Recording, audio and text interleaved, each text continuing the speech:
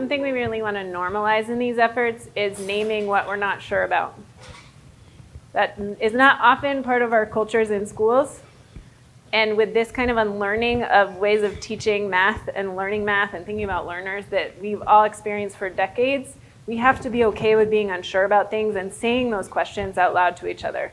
So let's really focus your attention on where am I having a question, because I guarantee other people around you are having similar questions, and I guarantee the folks you work with back in your own context are going to have similar questions too.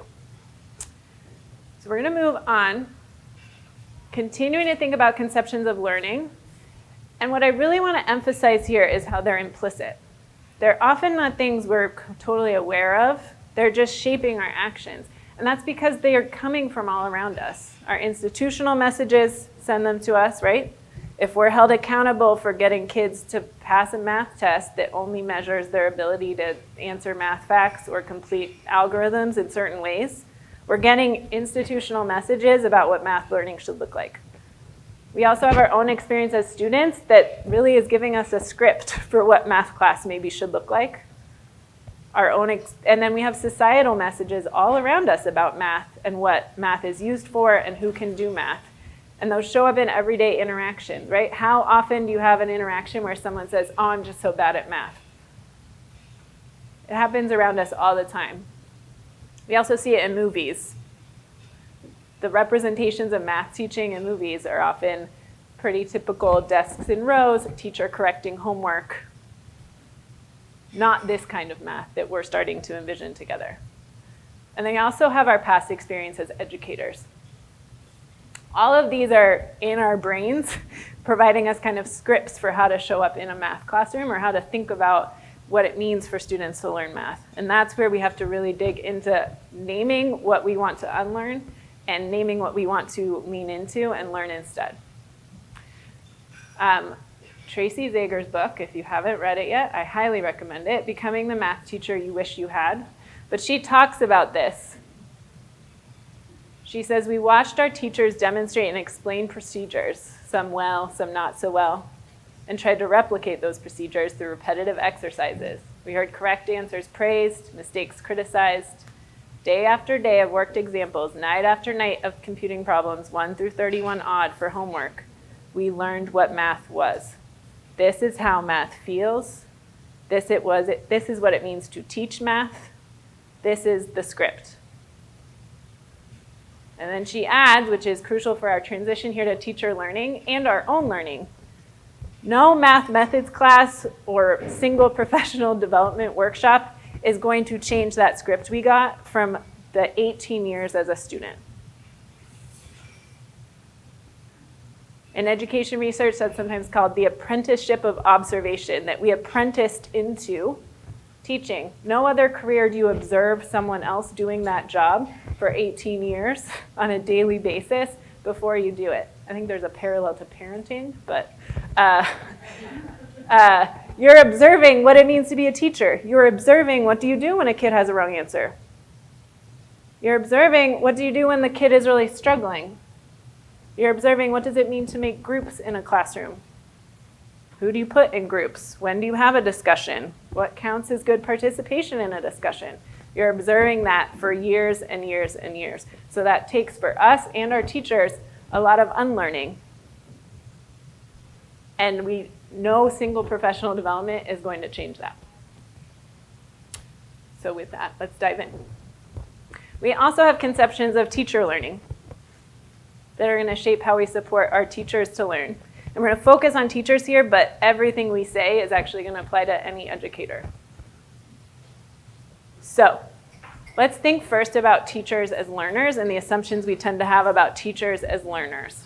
Let's think again. You'll notice a pattern coming here. Oh, first I want to talk about this, though. Here's why conception of teacher learning is important. It shapes what we spend money on. It shapes how we respond to teacher problems of practice.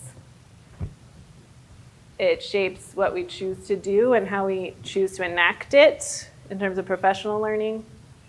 It shapes what we prioritize fostering in terms of our school cultures. It shapes how we design and enact our leadership roles. what we assume about teachers as learners, the goals we have for their learning, how learning unfolds and what supports their learning, shape everything we do as we shape the environments around them and the experiences they interact with. This is something we often don't pause to think about. It's often not taught in like principal preparation programs, for instance, but stopping and thinking, what do I actually think it means for teachers to learn is a really crucial step in this work. So we're gonna start with assumptions about teachers as learners. So again, I want you to think for yourself. Think back when you were a teacher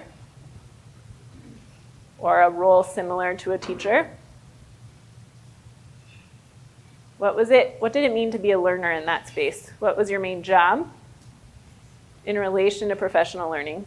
What was considered successful or good as you engaged in professional learning? What was considered failure as a professional learner? And what were you considered capable of? And as you feel ready, you can go ahead and share at your tables.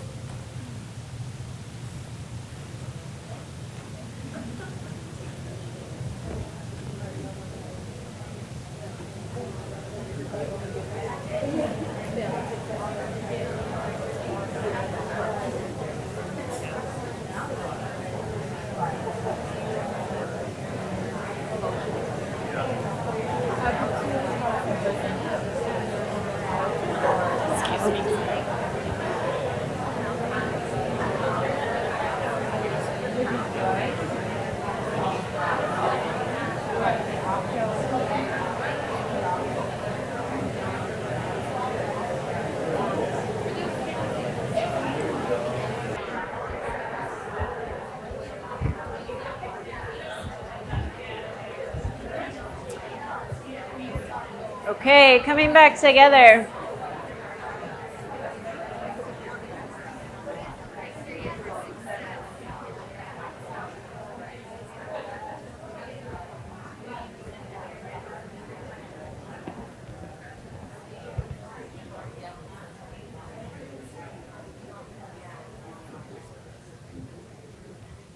Okay.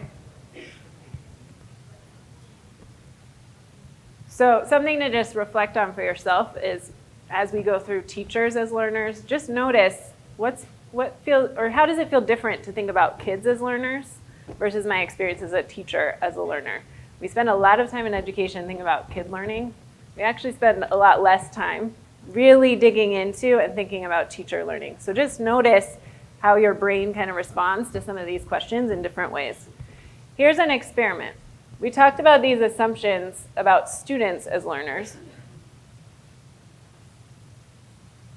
What I'm curious about, and you're going to talk in your tables in a minute, is all I did was change students to teachers. And what I want you to think about is, do these apply to teachers? How would you revise them or add to them for them to describe how we often think about teachers as learners? Can we use these? Do we need to change them? What does it make us think about? So let's go ahead and take 5 minutes in our groups for that.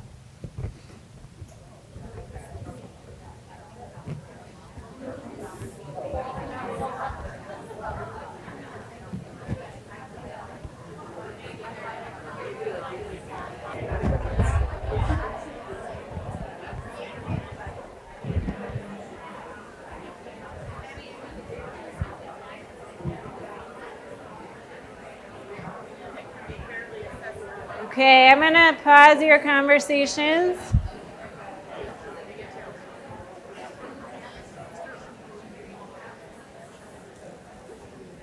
And again, let's notice when conversations feel like you could keep going. Write that down so you can keep going another time.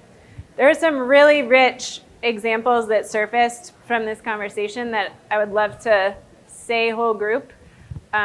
Can you raise your hand if you have a thought that occurred to you or an experience that occurred to you looking at this slide that would be worth saying for everyone here? Look, I'll share it. Great. What caught our attention was should work by themselves. And so as a former teacher and a former principal, I was aware of teachers who just stayed within their room with their kids. They didn't want to venture out. They don't want to talk to anyone. They keep their door shut. And even if they need assistance, they need help, they won't ask for it. And kind of the same with kids. When they have that insecurity that they're going to be viewed as a failure. So just kind of making that same analogy, example. As former teachers and then people who've transitioned into the role of doing professional learning, we kind of had some ahas when we looked at can be fairly assessed with one performance using one tool and thinking about how we really are sharing those assessments that we do for quality improvement, improvement there being a key word maybe to think about, and then that also relates to have deficits that need to be fixed immediately. So just having some reflection on our own about making sure that our messaging is coming across the way we want it to and not coming across as we're here to tell you what you're doing wrong.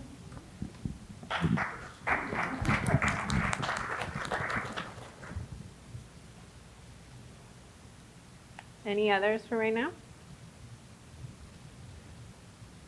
Okay, we'll have them. We're going to discuss again in a minute, and there'll be another chance to share out. These are important ideas to stay whole group because if you looked around, everyone was nodding, right? Like we're all in this together trying to figure this out. But it can be striking how many of these, once we look at them, do shape our thinking about teachers as learners, right? There's such a movement towards scripted curriculum that teachers should just be able to read. They're memorizing an algorithm. They're doing what the textbook, in this case, tells them to do. That there's one way to teach a lesson. And if I can just get you to do that one right way in the right way, then I've successfully supported your learning. There's also, I heard some people talking about needing to be fast and needing to be immediately pick things up after one experience, right? We do that with kids, we do that with teachers. Well, I showed it to you. I went in and modeled that lesson. Why aren't you doing it? Right? We do the same thing. And that's a key idea I want you to walk away with right now. We end up treating teachers as learners the same way we're trying not to teach or treat kids as learners.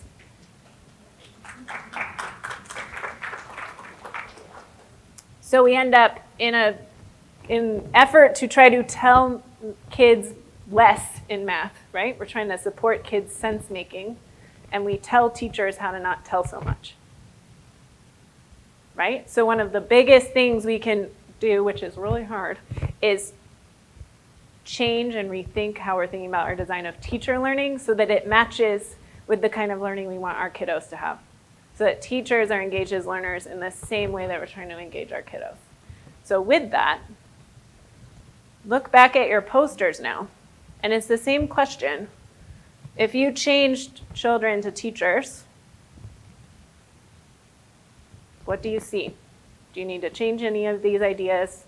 What does that spark for you? If you look at our questions about what we need to assume about learners and what we want learners to think about themselves, what do we think about when we put teachers in there instead? We'll take 5 minutes for that.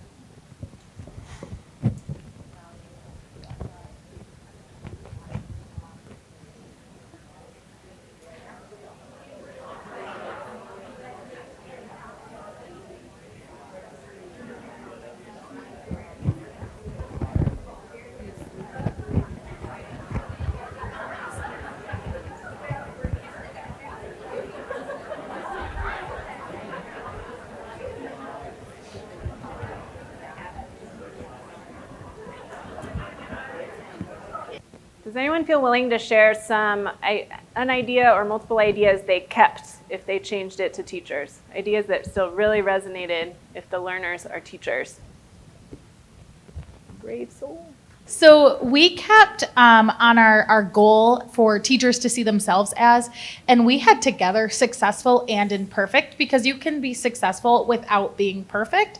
And that's something that students struggle with, but also we realized a lot of teachers, and we have some NMU professors here, so they were saying teachers going into the field who think they should immediately come in and be perfect.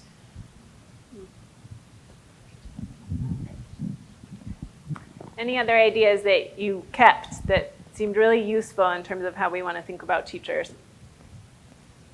When we talked about learners, we talked about them being a community that kind of learns together. And sometimes there's mistakes, and sometimes we help each other out, and sometimes we provide support in that community. And I think that we need to work more at building communities of learners for our teachers. We ironically went through our list and we kept every single one of them. And we felt, that we wanted our teachers to have that playful, capable feeling, to be problem solvers, deep thinkers, social. We had the support from the families and communities for kids.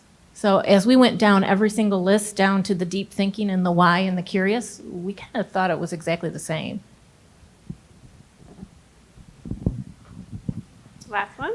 We had a lot of conversation about early learners and early teachers.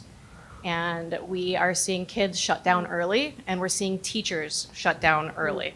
And so that was the correlation that we kept making. We all kept sharing stories of our first years and what that was like. And then we started thinking about what's happening to our first year teachers right now. Yes. So as everyone's sharing, this parallel can be really powerful and kind of help us realize some of our implicit ideas or the implicit ideas that are around us in our systems. If you look at your poster, raise your hand if you've been in a school where you felt like that as a teacher. So it's very few hands, right? Raise your hand if you've been in a school where you did not feel like that as a teacher. Maybe you felt like this as a teacher. Much more common, right? So I want to name that this can feel counter-normative, to try to shift school communities to feel like our posters say. It can feel counter-normative, and it's not fixed like this. We're going to get more into that tomorrow. It takes time, but it's crucial, just like building classroom communities is crucial. Okay, I want you to take a moment to think about one assumption you want to try to center going forward as you think about teachers as learners. So maybe one that you're realizing you haven't always held really centrally in your brain when you're thinking about supporting teachers in your context. What's an assumption you want to try to really focus on going forward about teachers and their learning?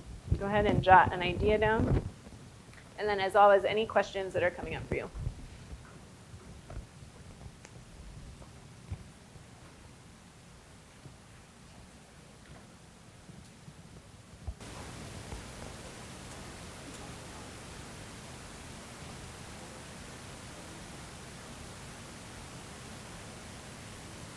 Okay. Now we're going to move on to teachers and goals for their learning and the assumptions and images we have about that. So you're probably noticing a pattern in my method here. I want you to think about PD you experienced as a teacher and try to name, if you can, what you think the goals were for your learning. So you might think about the focus or goal of a session, or maybe you're thinking about evaluative conversations, what the focus or goal of that was. Or if leaders came into your classroom, what did it seem like they were looking for? And what did they celebrate as good teaching? What did it seem like the goals were for your learning?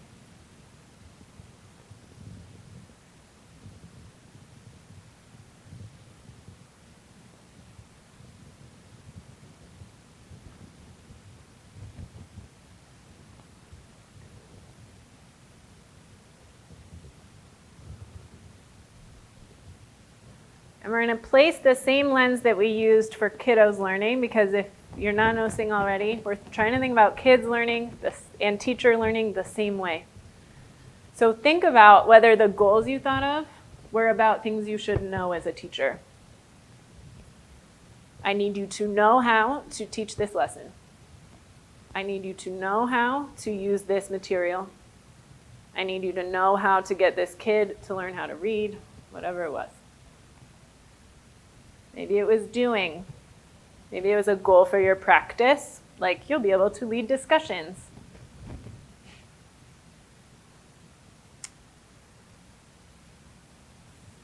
We also need to think about goals for teachers in terms of becoming. And this is where I feel like, well, who thought of a goal related to becoming or feel like they've ever experienced a PD that was about their teacher identity or dispositions? Yeah, that was my experience too. So what we need to do is think about teacher learning again at this intersection, where we think about what do teachers need to know, what do they need to be able to do, and also how do they need to see themselves and their role in relation to mathematics, but broader than that, in relation to learning, the classroom, community, school, and broader society, because schools are part of our broader society.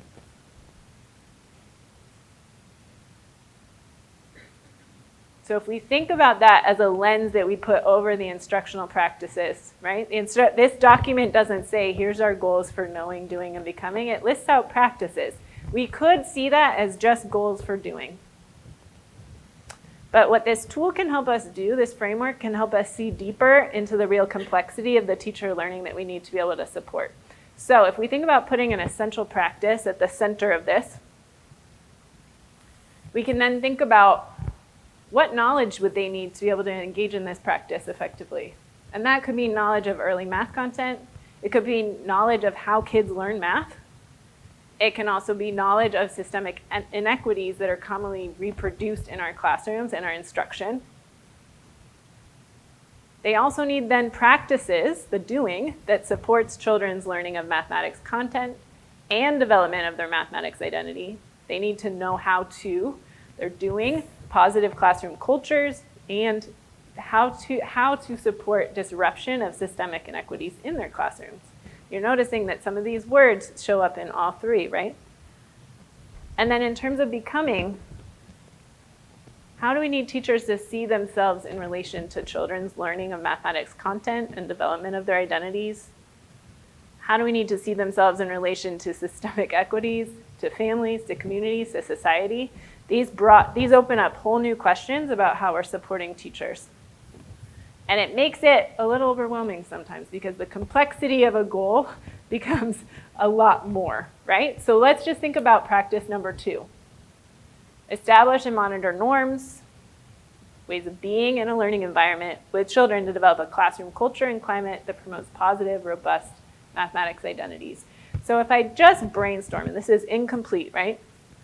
My teachers would need knowledge of ways in which teachers and classroom communities can either reproduce inequities or disrupt them, right?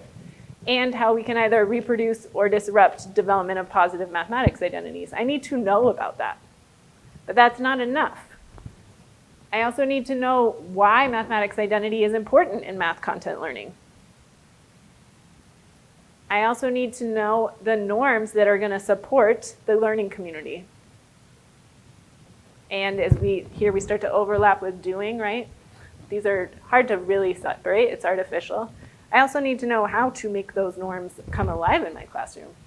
Knowing them just as a list is one thing, but how do I even make that happen in my classroom is a whole nother thing. I also need to know how to respond to students' ideas in ways that's going to promote and build and foster their identity. But knowing and doing those things is not going to happen if I don't see my role in particular ways. So I also need to see myself as a thoughtful facilitator of my classroom community and the norms that are alive in that classroom. I need to see that as my role. Not something that just happens, but something that I am fostering. And I need to see myself as someone who has a really powerful impact on how my kids see themselves. I need to see my role as really powerful in that way. Oh. And a key piece of this becoming too is I actually need to see my role as trying to disrupt the patterns of inequity that I've learned about. So I may have learned about them, I may have learned some ways to disrupt them, but if I don't see my role as that, I'm not going to do it. So what I'm hoping you're seeing is that by putting this knowing, doing, becoming lens on one practice, we start to see the complexity of learning that we need to support teachers to do that's beyond just, I need to get you to establish norms, so here's a piece of paper with some norms, and go establish them, right?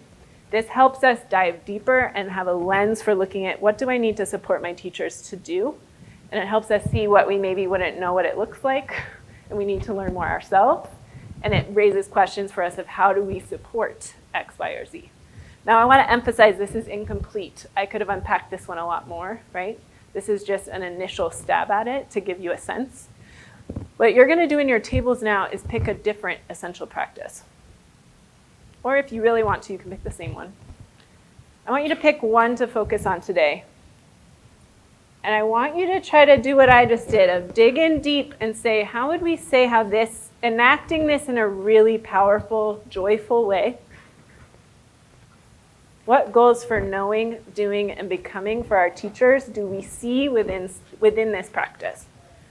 And I wouldn't worry too much about putting it in exactly the right category. These aren't categories, it's a lens. So put it wherever it seems to fit on your poster, and don't worry too much about if it's knowing, doing, or becoming. It's, are we answering these broader questions? Are we thinking about this full complexity of learning? Okay. I'm going to give you a good 8 to 10 minutes to try to really dig deep into this and try out using this lens of how we see teachers' goals within a practice. Go for it.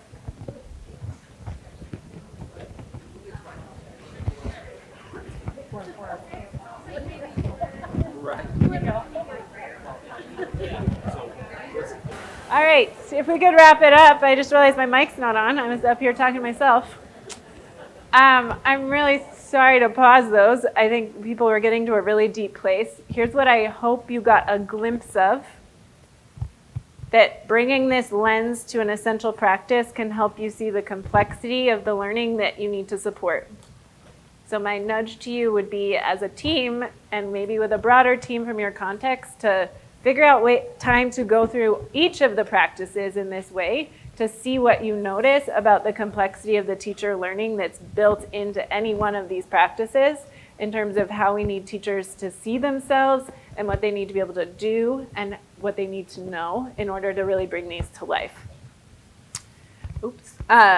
What I want to emphasize is that this brings new questions to our minds as we're designing for teacher learning, as we're watching teacher learning unfold, especially by focusing on becoming.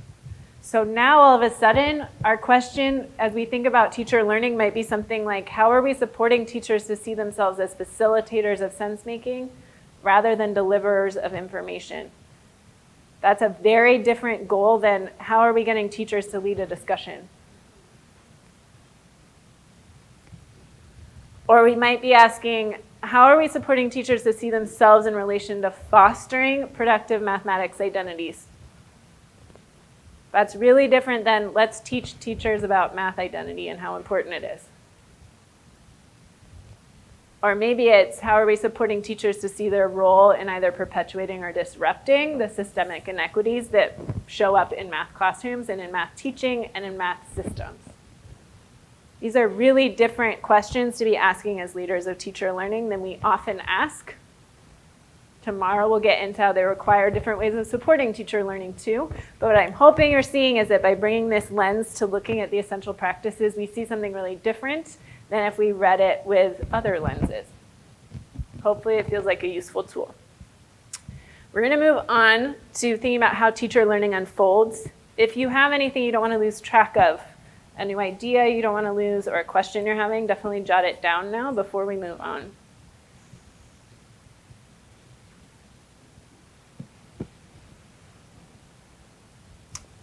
Okay, so now we're going to move on to teachers, and I'm actually going to start using the word educators because I want us to start thinking about teachers and leaders at the same time. And actually, we can apply what we just did to leaders. If you think about your posters, just like we changed children to teachers, we could change teachers to leaders. Interesting exercise.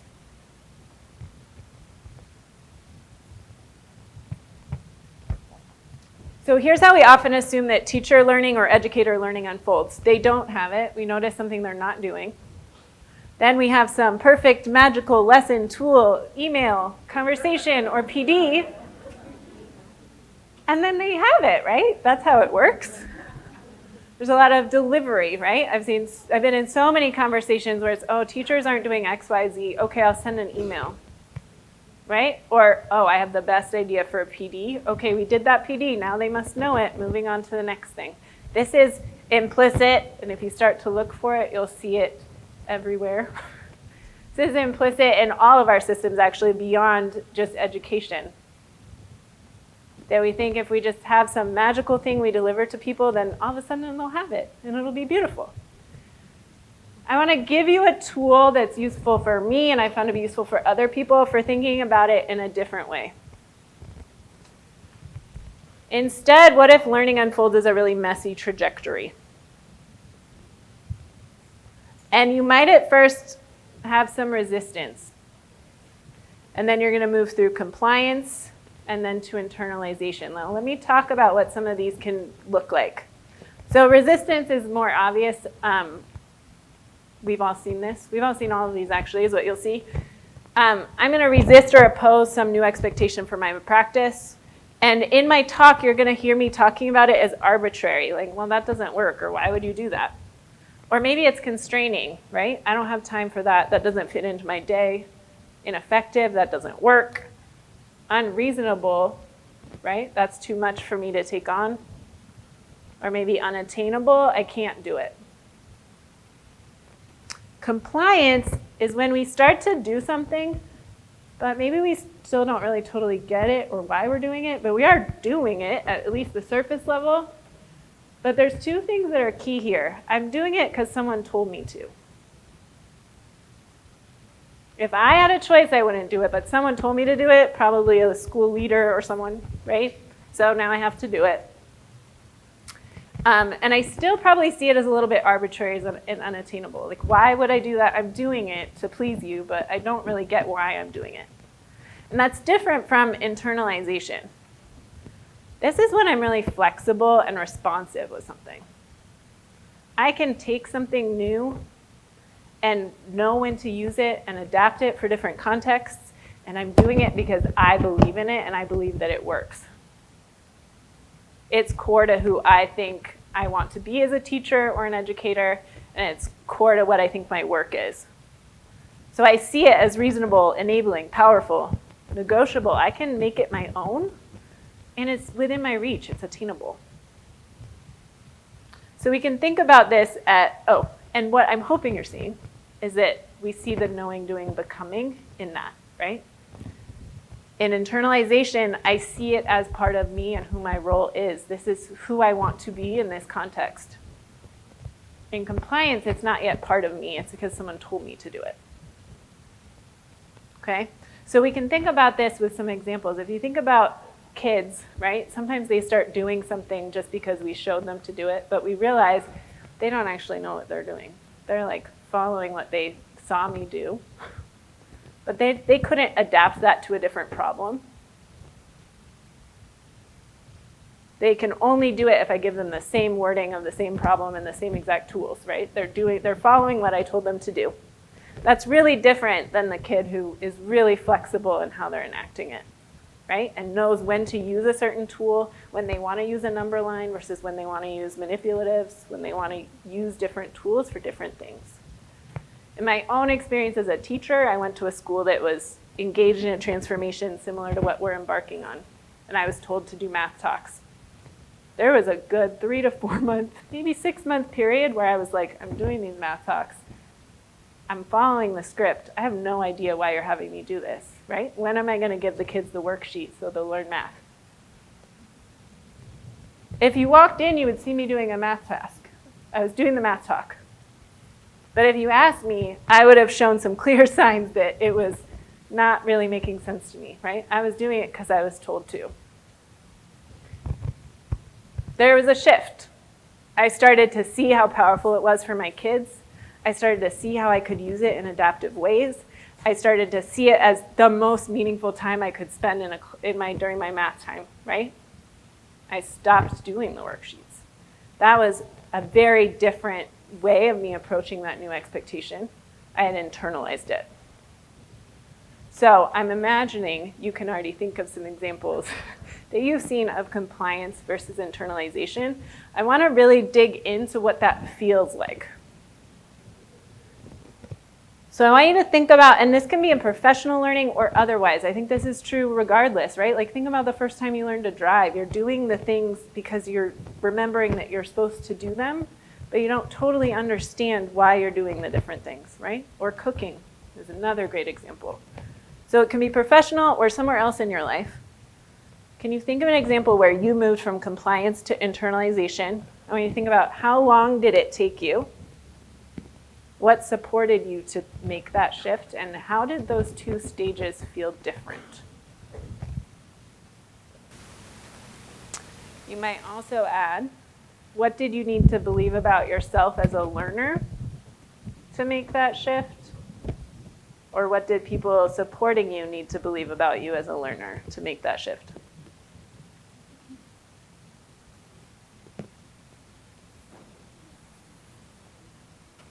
As you feel ready, go ahead and discuss.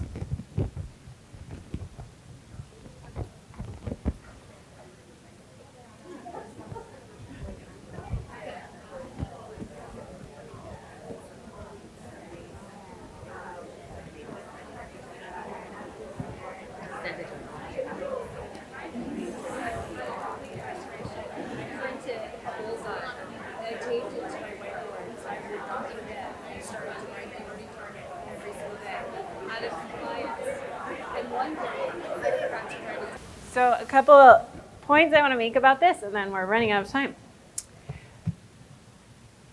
I want to emphasize that compliance is sometimes viewed as a negative thing. What I'm hoping you heard in your examples is that compliance was actually a necessary stage. We have to, in my case, I had to do a bunch of math talks and play with it and see what kids did and see how kids' learning evolved over time for me to start to realize, oh, this is really amazing. This is powerful. Look at what my kids can do. I had to be in the compliance stage. What my leader's work was how to move me through compliance and towards internalization. So compliance can have a negative connotation. It does not in this case. It's a necessary stage for us to move through. We have to try it on. We have to approximate it in order for us to start to realize the power of it and start to realize how to make it our own with our kids in our classrooms. And I chose a bumpy line on purpose because it's also not this like every day gets better, right? We know what teaching's like. It goes like this, and then it goes back up, and then the next day it's down again, and then we have like 3 weeks of amazing improvement, and then we have a week of awfulness, right? Like that's what it looks like. So what's challenging for us as leaders of teacher learning is if we're used to thinking about, even if we didn't mean to, thinking about this, and I still catch myself falling into this all the time. We can not notice the ups and downs that our teachers are going on. We either look for, do they have it or do they not have it, right? What this helps us push ourselves to do is start to notice as teachers are learning how they do go up and down, how it's really messy, but we're looking for those signs of, okay, now I see some compliance. Now I see some compliance. That's starting to look a little bit like internalization. I'm going to grab that and keep moving that person forward, right? That becomes our work as leaders, which we'll talk more about tomorrow. But if we think about, go forward here, we think about this practice that I unpacked earlier, and we thought about the different goals. This is going to unfold along the trajectory. So again, it's not that I can't establish norms and then all of a sudden I can because I got that really cool handout or I watched that really good video, right? Or my coach came and helped me once. I'm going to be learning all of this in a really messy way along my messy trajectory, and I'm going to do some of it out of compliance first, and then hopefully, and this is our job to figure out how to support each unique learner we have in our systems, we have to support people to move towards internalization. And one last thing is to think about how this applies to us too. It would be pretty easy, and we've all done it, I've done it, to enact the math essentials in a compliance kind of way and stop there. Right? I made sure everyone was doing math talks. I gave them all manipulatives. I gave them some good PD about having some play. I made a poster of the values. That was really cool, right? We've all seen these efforts to enact new policies. This is a policy. We've seen efforts to enact new visions that are compliance. And probably because of how new this vision is for a lot of us, it's going to feel like compliance at first, and we have to be okay with that. And we have to think about how do we support each other to move towards internalizing what it means to bring these math essentials to life in our classrooms. We are also on this trajectory somewhere. Okay. We're going to dig into all that more tomorrow in terms of how to support folks along that trajectory. Go ahead, because we're going to take a break in a minute. If there's something you're like, oh, this is simmering in my head and I want to make sure I don't forget it, write it down. And if you have any final questions that are simmering, write them down.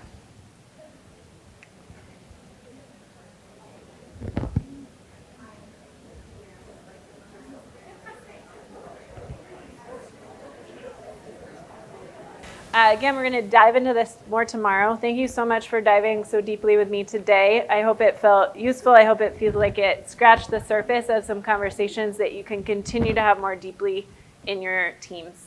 And I'm going to hand it over to Trish.